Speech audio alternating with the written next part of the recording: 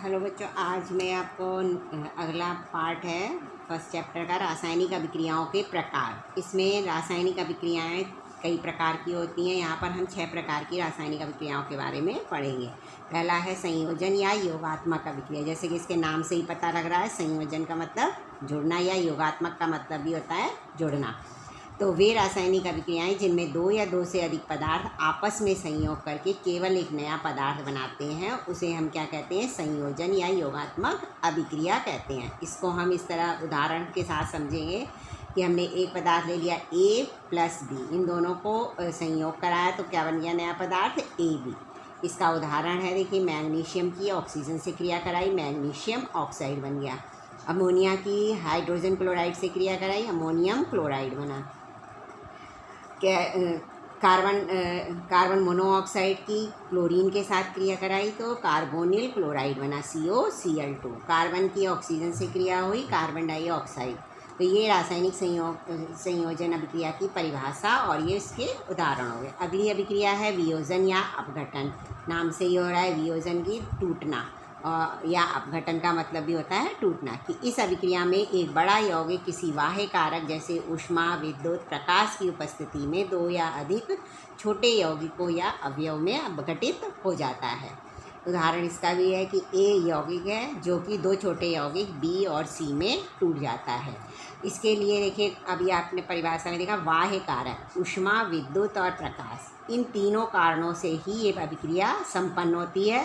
तो अगर ऊष्मा के कारण संपन्न हुई तो ऊष्मीय अपघटन, विद्युत के कारण संपन्न हुई तो विद्युत अपघटन, और प्रकाश के कारण संपन्न हुई तो प्रकाश अपघटन अभिक्रिया कहलाती है।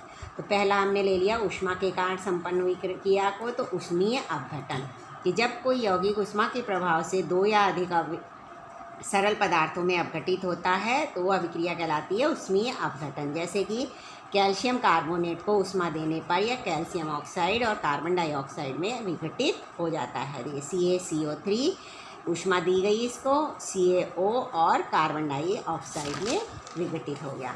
दूसरा भाग है विद्युत अपघटन, कि जब विद्युत अपघट्य पदार्थ के जलीय विलयन में विद्युत धारा प्रवाहित करती है तो विलयन में उपस्थित धन आयन कैथोड पर और ऋण आयन एनोड पर एकत्रित हो जाते हैं। जैसे कि जल का अगर विद्युत अपघटन करेंगे तो क्या बन जाता है? हाइड्रोजन और ऑक्सीजन।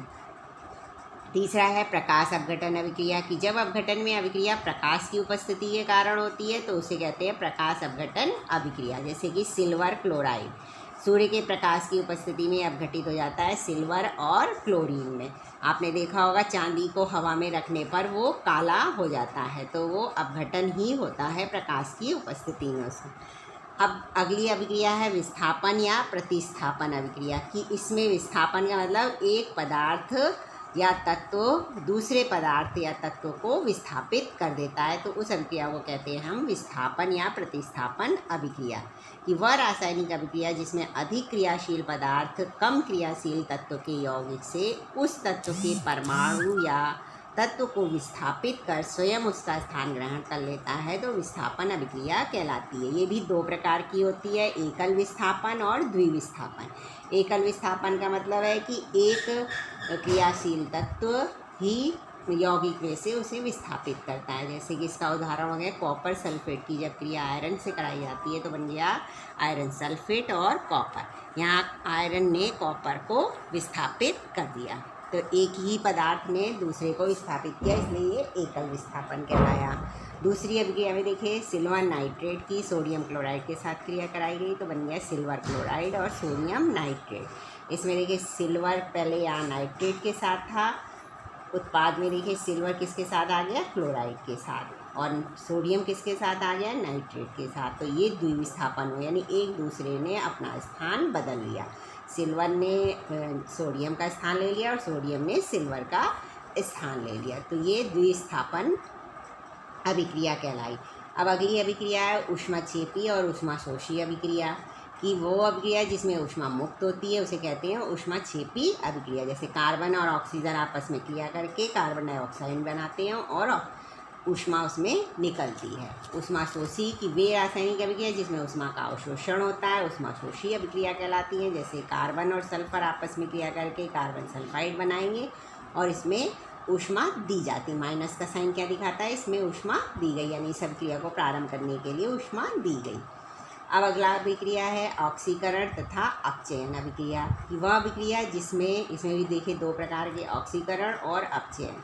वह अभिक्रिया जिसमें किसी परमाणु, अणु या आयन से इलेक्ट्रॉन पृथक होते हैं, अर्थात उसमें इलेक्ट्रॉनों की कमी होती है, ऑक्सीकरण अभिक्रिया कहलाती है। इसका उदाहरण है, देखिए SnCl2 की क्लोरीन के साथ जब क्रिया करते हैं तो SnCl4 बन जाता है।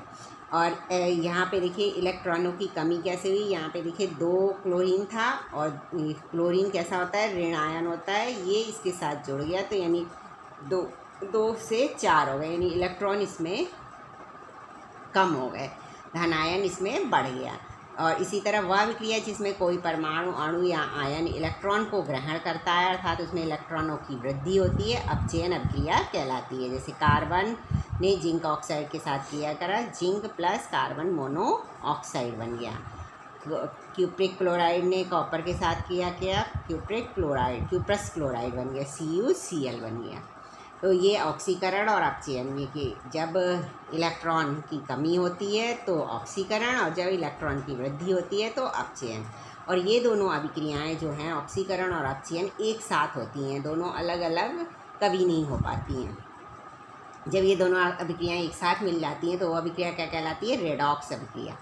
ये प्रायः ऑक्सीकरण और अपचयन अभिक्रियाएं साथ साथ अपघटित होती हैं और एक दूसरे की पूरक होती हैं, अर्थात किसी अभिक्रिया में एक पदार्थ का ऑक्सीकरण होता है तो किसी अन्य पदार्थ का अपचयन भी अवश्य होता है। जैसे जिंक की कॉपर सल्फेट के साथ क्रिया करी तो जिंक सल्फेट बना और कॉपर, इसमें किसका अपचयन हुआ, जिंक का अपचयन हुआ और कॉपर का ऑक्सीकरण हुआ।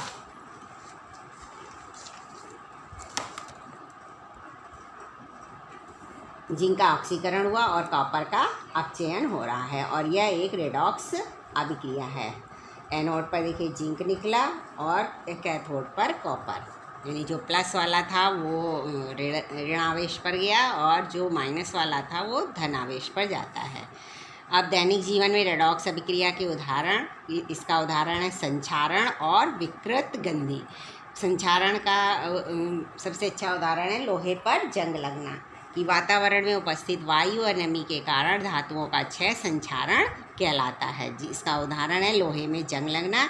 इस क्रिया में लोहा ऑक्सीकृत होकर लाल भूरे रंग का पदार्थ बनाता है। दूसरा उदाहरण संक्षारण का है, चांदी की सतह पर संक्षारण के कारण काले रंग की परत चढ़ जाती है जिससे सिल्वर सल्फाइड उपस्थित होता है। दूसरा उदाहरण है रेडॉक्स अभिक्रिया का विकृत गंधिता। हम कोई भी सामान लाते हैं जो तेल से बना होता है, उसको आप बहुत दिनों तक रख दीजिए, नमकीन ही आप ले लीजिए, काफ़ी पुरानी नमकीन में से आपको स्मेल आने लगती है, यही कहलाती है विकृत गंधिता। ये किस कारण से होता है, ये भी रेडॉक्स अभिक्रिया के कारण ही होता है कि वसा तथा तेल युक्त पदार्थ लंबे समय तक रखने पर उसमें उपस्थित तेल तथा वसा का ऑक्सीकरण हो जाता है, जिससे इन खाद्य पदार्थों का न केवल स्वाद परिवर्तित होता है बल्कि उसमें एक दुर्गंध भी आ जाती है जिसे कि विकृत गंधी कहते हैं। जैसे कि आलू के चिप्स को पैकेट में ऑक्सीजन को निकालकर नाइट्रोजन गैस को भरते हैं जिससे वसा अथवा तेल का ऑक्सीकरण ना हो सके, तो इसके द्वारा विकृत गंधिता को हम रोक सकते हैं।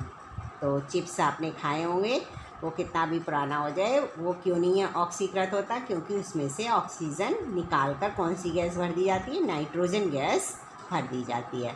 तो इस चैप्टर में अब आपका दोनों भाग पूरा हो गया, रासायनिक समीकरण और उसका संतुलित करना और रासायनिक अभिक्रियाओं के प्रकार। अब ये पूरा चैप्टर आपका ख़त्म हो गया, इसके क्वेश्चन आंसर्स आपको आगे दूँगी।